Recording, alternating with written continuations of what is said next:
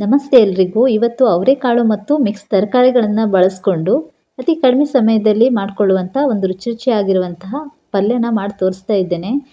ಈ ಪಲ್ಯ ಅನ್ನಕ್ಕೆ, ದೋಸೆಗೆ, ಅದೇ ರೀತಿ ಚಪಾತಿಗೆ ಸಹ ತುಂಬ ಚೆನ್ನಾಗಿರ್ತದೆ. ಬನ್ನಿ ಹಾಗಾದರೆ ಈ ಅವರೆಕಾಳು ಪಲ್ಯನ ಯಾವ ರೀತಿ ಮಾಡೋದಂತ ನೋಡ್ಕೊಂಡು ಬರೋಣ.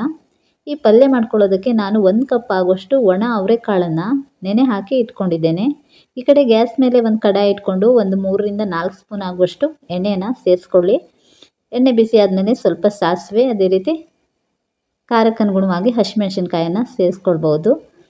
1 ಗಡ್ಡೆ ಆಗುವಷ್ಟು ಬೆಳ್ಳುಳ್ಳಿಯನ್ನು ಸಿಪ್ಪೆ ಸಹಿತವಾಗಿ ಜಜ್ಜಿಬಿಟ್ಟು ಸೇರಿಸ್ಕೊಂಡಿದ್ದೀನಿ. ಸ್ವಲ್ಪ ಕರಿಬೇವಿನ ಸೊಪ್ಪನ್ನು ಸೇರಿಸ್ಕೊಂಡು ಈ ಬೆಳ್ಳುಳ್ಳಿ ಎಣ್ಣೆಯಲ್ಲಿ ಕೆಂಪಾಗೋ ತನಕ ಫ್ರೈ ಮಾಡ್ಕೋಬೇಕು. ಈ ಬೆಳ್ಳುಳ್ಳಿನ ಸಿಪ್ಪೆ ಸಹಿತವಾಗಿ ಜಜ್ಜಿಬಿಟ್ಟು ಸೇರಿಸ್ಕೊಂಡ್ರೆ ಒಳ್ಳೆ ಪರಿಮಳ ಬರ್ತದೆ. ಇವಾಗ ಒಂದು ಮೀಡಿಯಂ ಗಾತ್ರದ ಈರುಳ್ಳಿಯನ್ನು ಈ ರೀತಿ ಸಣ್ಣ ಸಣ್ಣದಾಗಿ ಕಟ್ ಮಾಡಿಬಿಟ್ಟು ಸೇರಿಸ್ಕೊಂಡಿದ್ದೀನಿ. ಈ ಈರುಳ್ಳಿಯನ್ನು ಕಲರ್ ಚೇಂಜ್ ಆಗೋ ತನಕ ಫ್ರೈ ಮಾಡ್ಕೋಬೇಕು. ನೀವು ಈ ಪಲ್ಯನ ವಾರ 9 ದಿನ ಮಾಡ್ಕೊಳ್ತೀರಿ ಅಂತಂದರೆ ಈರುಳ್ಳಿ ಮತ್ತು ಬೆಳ್ಳುಳ್ಳಿನ ಸ್ಕಿಪ್ ಮಾಡ್ಕೋಬೋದು. ಇವಾಗ ನೋಡಿ, ಈರುಳ್ಳಿ ಫ್ರೈ ಆದಮೇಲೆ ಅದಕ್ಕೇನೆ 1 ಟೊಮೆಟೊ ಹಣ್ಣನ್ನು ಸಣ್ಣ ಸಣ್ಣದಾಗಿ ಕಟ್ ಮಾಡಿಬಿಟ್ಟು ಸೇರಿಸ್ಕೊಂಡು ಸ್ವಲ್ಪ ಈ ರೀತಿ ಬಾಡಿಸ್ಕೋಬೇಕು.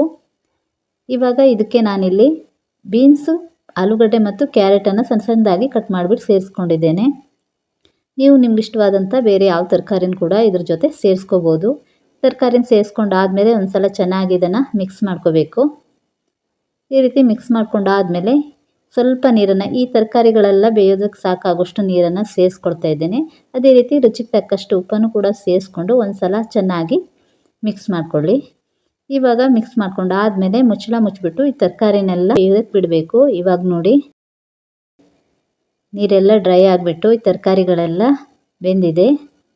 ಈ ಪಲ್ಯಕ್ಕೆ ನೀರು ಇರಬಾರ್ದು, ನೀರೆಲ್ಲ ಚೆನ್ನಾಗಿ ಡ್ರೈ ಆಗಬೇಕು. ಇವಾಗ ಒಂದು ಸ್ವಲ್ಪ ಅರಿಶಿಣ ಪುಡಿಯನ್ನು ಸೇರಿಸ್ಕೊಳ್ತಾ ಇದ್ದೇನೆ. ಅರಿಶಿಣ ಪೌಡ್ರನ್ನು ಸೇರಿಸ್ಕೊಂಡಾದ್ಮೇಲೆ ಪುನಃ ಒಂದು ಸಲ ಚೆನ್ನಾಗಿ ಇದನ್ನು ಮಿಕ್ಸ್ ಮಾಡ್ಕೋಬೇಕು. ಈ ರೀತಿ ಮಿಕ್ಸ್ ಮಾಡ್ಕೊಂಡಾದ್ಮೇಲೆ ನಾವೇನು ಅವರೆಕಾಳನ್ನು ತೊಗೊಂಡಿದ್ವಲ್ಲ ಅದನ್ನು ನಾನು ಉಪ್ಪು ಸೇರಿಸ್ಬಿಟ್ಟು ಕುಕ್ಕರಲ್ಲಿ ಬೇಯಿಸಿಟ್ಕೊಂಡಿದ್ದೇನೆ. ಅದನ್ನು ಕೂಡ ಇವಾಗ ಇದಕ್ಕೆ ಸೇರಿಸ್ಕೊಂಡು ಮೇಲ್ಗಡೆ ಒಂದು ಸ್ವಲ್ಪ ತೆಂಗಿನಕಾಯಿ ತುರಿಯನ್ನು ಸೇರಿಸ್ಕೊಳ್ತಾ ಇದ್ದೇನೆ. ಅವರೆಕಾಳು ತೆಂಗಿನಕಾಯಿ ತುರಿಯನ್ನು ಸೇರಿಸ್ಕೊಂಡಾದ್ಮೇಲೆ ಚೆನ್ನಾಗಿ ಒಂದು ಸಲ ಇದನ್ನು ಮಿಕ್ಸ್ ಮಾಡ್ಕೊಳ್ಳಿ.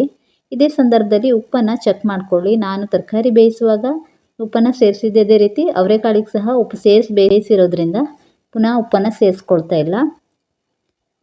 ಕೊನೆಯದಾಗಿ ಒಂದು ಸ್ವಲ್ಪ ಕಿಚನ್ ಕಿಂಗ್ ಮಸಾಲ ಪೌಡ್ರನ್ನು ಸೇರಿಸ್ಕೊಳ್ತಾ ಇದ್ದೇನೆ. ನೀವು ಕಿಚನ್ ಕಿಂಗ್ ಮಸಾಲನ ಸೇರಿಸ್ಕೋಬೋದು, ಬೇಡ ಅಂತಂದರೆ ಸ್ಕಿಪ್ ಕೂಡ ಮಾಡ್ಕೋಬೋದು. ಇಲ್ಲ ಗರಂ ಮಸಾಲ ಪೌಡ್ರನ್ನು ಕೂಡ ಸೇರಿಸ್ಕೋಬೋದು. ಇವಾಗ ಚೆನ್ನಾಗಿ ಇದನ್ನು ತಿರುಗಿಸ್ಕೊಳ್ಬೇಕು. ನಾವು ಹಸಿ ತೆಂಗಿನಕಾಯಿ ತುರಿ ಸೇರಿಸಿರೋದ್ರಿಂದ ಒಂದು 2 ನಿಮಿಷ ಇದನ್ನು ತೆಂಗಿನಕಾಯಿ ತುರಿ ಫ್ರೈ ಆಗೋ ತನಕ ಇದನ್ನು ಈ ರೀತಿ ಮಿಕ್ಸ್ ಮಾಡ್ಕೊಳ್ಬೇಕು. ಗ್ಯಾಸನ್ನು ಸಣ್ಣ ಉರಿಯಲ್ಲಿ ಇಟ್ಕೊಂಡ್ಬಿಟ್ಟು ಈ ರೀತಿ ಚೆನ್ನಾಗಿ ಮಿಕ್ಸ್ ಮಾಡ್ಕೊಳ್ಳಿ. ಇವಾಗ ತೆಂಗಿನಕಾಯಿ ತುರಿ ಕೂಡ ಫ್ರೈ ಆಗಿದೆ. ರುಚಿಯಾಗಿರುವಂತಹ ಅವರೆಕಾಳು ಹಾಗೂ ಮಿಕ್ಸ್ ತರಕಾರಿ ಪಲ್ಯ ರೆಡಿ ಆಯಿತು. ತುಂಬ ಈಸಿಯಾಗಿ ಮಾಡ್ಕೋಬೋದು, ಟೇಸ್ಟ್ ಕೂಡ ಅಷ್ಟೇ ಚೆನ್ನಾಗಿರ್ತದೆ. ಇದನ್ನು ನೀವು ಬಿಸಿ ಬಿಸಿ ಅನ್ನದ ಜೊತೆಗೆ, ದೋಸೆ, ಚಪಾತಿ ಜೊತೆಗೆ ಕೂಡ ಸರ್ವ್ ಮಾಡ್ಬೋದು. ಇವತ್ತು ತುಂಬ ಈಸಿಯಾಗಿ ಈ ಅವರೆಕಾಳು ತರಕಾರಿ ಪಲ್ಯನ ಯಾವ ರೀತಿ ಮಾಡೋದಂತ ತೋರಿಸ್ಕೊಟ್ಟಿದ್ದೇನೆ. ಈ ಅವರೆಕಾಳು ಪಲ್ಯದ ರೆಸಿಪಿ ನಿಮಗೆಲ್ಲ ಇಷ್ಟ ಆದರೆ ವಿಡಿಯೋಗೊಂದು ಲೈಕ್ ಮಾಡಿ ಹಾಗೂ ನಮ್ಮ ಚಾನಲನ್ನು ಸಬ್ಸ್ಕ್ರೈಬ್ ಮಾಡೋದನ್ನು ಮರಿಬೇಡಿ. ಅದೇ ರೀತಿ ಫೇಸ್ಬುಕ್ಕಲ್ಲೇನಾದರೂ ನೋಡ್ತಾ ಇದ್ದರೆ ನಮ್ಮ ಪೇಜನ್ನು ಫಾಲೋ ಮಾಡೋದನ್ನು ಮರಿಬೇಡಿ. Thank you for watching.